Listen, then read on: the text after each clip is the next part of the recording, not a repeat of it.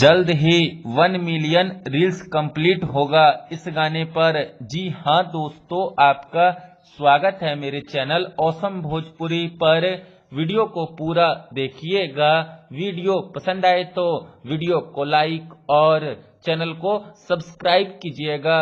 दोस्तों, पवन सिंह का छलकता हमरो जवनिया गाना, जो कि उनका एक सदाबहार गाना है, जिसे भोजपुरिया दर्शक लगातार प्यार देते रहते हैं और अभी भी भोजपुरिया दर्शक पवन सिंह के इस गाने को बड़े शौक से, बड़े चाव से सुनते हैं। दोस्तों, पवन सिंह के इस गाने पर लगभग 9,03,000 के करीब अब तक इंस्टाग्राम रील बन चुका है।